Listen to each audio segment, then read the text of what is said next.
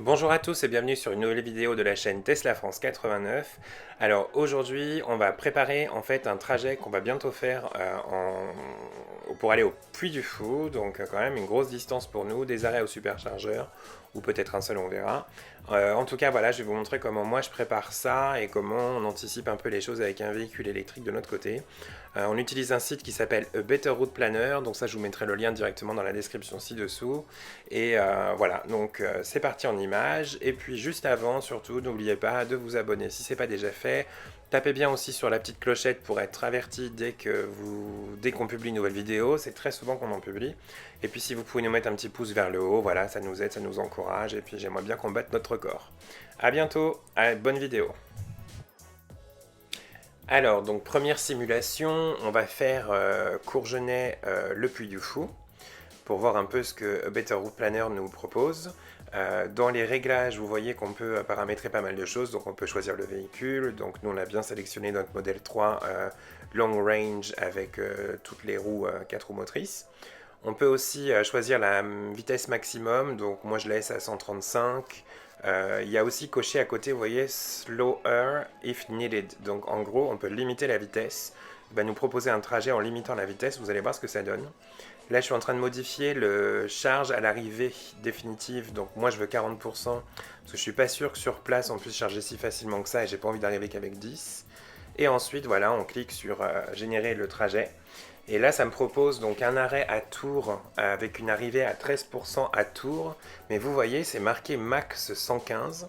Et sur le trajet, il y a toute une partie qui est rouge parce qu'en fait, on nous demande de rouler qu'à 115 km/h sur ce trajet-là afin d'arriver avec une batterie suffisante à Tours pour charger au superchargeur.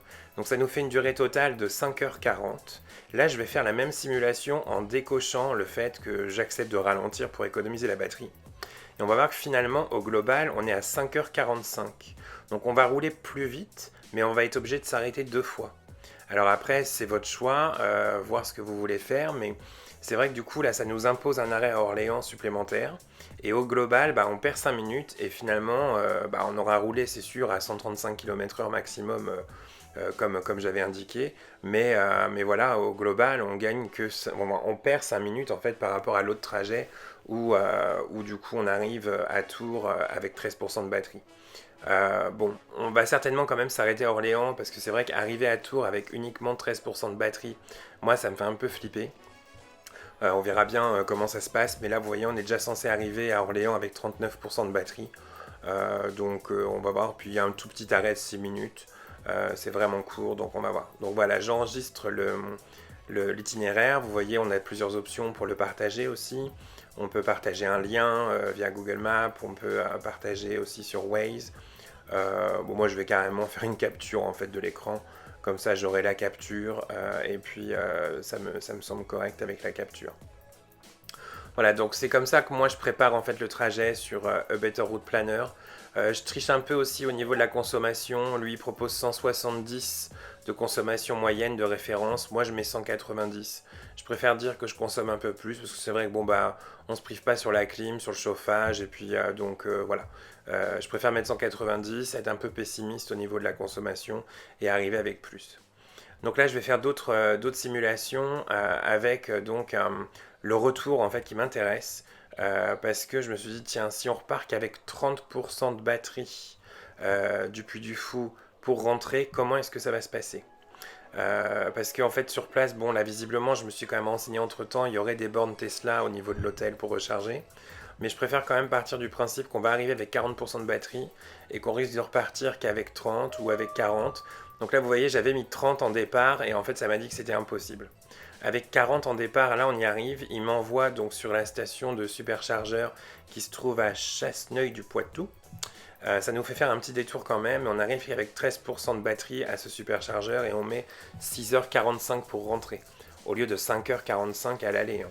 Donc je pense qu'on va faire tout ce qu'on peut pour pouvoir repartir avec 100% de batterie du Puy du Fou et puis bah en fait utiliser les bornes qu'il y a sur place. Visiblement quand même on a la possibilité de trouver. Là vous voyez, je refais le même trajet en indiquant qu'on veut partir avec 100, on veut arriver qu'avec 20 parce que je sais qu'à la maison on a de quoi charger, il n'y a pas de problème. Et donc là on voit du coup que on met 5h16 pour le retour. parce qu'effectivement on va s'arrêter moins longtemps, puisque j'ai mis une arrivée qu'avec 20% de batterie, donc voilà. Donc moi ça me semble assez correct, surtout que j'avais vu qu'avec une voiture classique, on en avait pour un peu moins de 5 heures. De toute façon, nous, 5 heures, on s'arrête, quoi qu'il arrive, on se serait arrêté au moins une fois. Ensuite, donc, je suis allé voir sur le site de Tesla directement, parce qu'en fait, dans la section recharger, il y a voilà, on a sur la route, en savoir plus, alors c'est un peu difficile à trouver, et on a donc une fonctionnalité au niveau du site directement de Tesla où on peut choisir et faire une simulation de trajet. Voilà, donc recharger sur la route et un peu plus bas, on a préparé votre itinéraire, je crois. Voilà, ouais, préparer votre voyage. Donc on clique là-dessus, on choisit le modèle de voiture et là, alors j'avais déjà fait une vidéo où j'en avais parlé. Encore une fois, c'est toujours la même chose. On est quand même en juin 2020, 2019, pardon. Et il n'y a toujours pas la modèle 3. On peut choisir que les S ou les X. Donc bah, du coup, ça n'a pas trop grand intérêt. C'est un peu rageant quand même qu'ils ne puissent pas intégrer.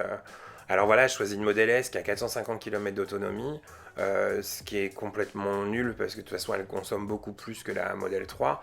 Donc de toute façon ça va pas vraiment être très intéressant, mais bon, on peut quand même regarder un peu, c'est facile. Voilà, vous voyez, on met la ville d'arrivée, la ville de départ. Euh, donc c'est quand même pas mal fichu. C'est vraiment dommage qu'ils puissent pas mettre la Model 3. Enfin, je sais pas pourquoi. Elod, si tu nous écoutes, fais quelque chose. Et donc voilà ce que ça nous propose. Donc un arrêt à Orléans, un arrêt à Tours, donc la même chose que Better Route Planner. Je trouve ça plus joli sur le site de Tesla, hein, perso, voilà. Par contre, c'est vrai que voilà, il faudrait quand même qu'ils ajoutent notre modèle de voiture, quoi. On n'est pas clandestin.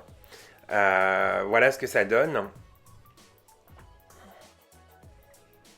Ensuite, voilà, pour rigoler, je suis allé sur Mappy parce que de mémoire, sur Mappy, on a une estimation de ce que ça nous coûte en carburant et en péage.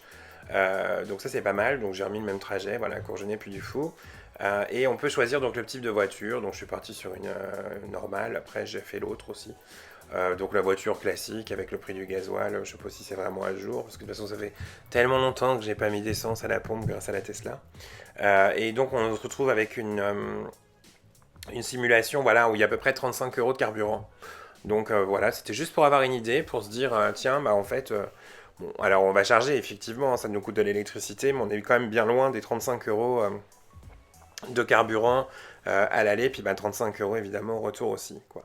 J'ai refait la simulation en choisissant plutôt une routière, et donc c'est encore plus cher, c'est 45 euros de gasoil. Voilà, donc c'est tout pour cette vidéo. Le road trip en lui-même, le trajet, on fait ça lundi. Donc évidemment, il y aura une vidéo derrière avec ce qui nous est arrivé et à combien du coup on a terminé au niveau autonomie et comment ça s'est passé au niveau des superchargeurs. A très bientôt et abonnez-vous à la chaîne si ce n'est pas déjà fait. Salut!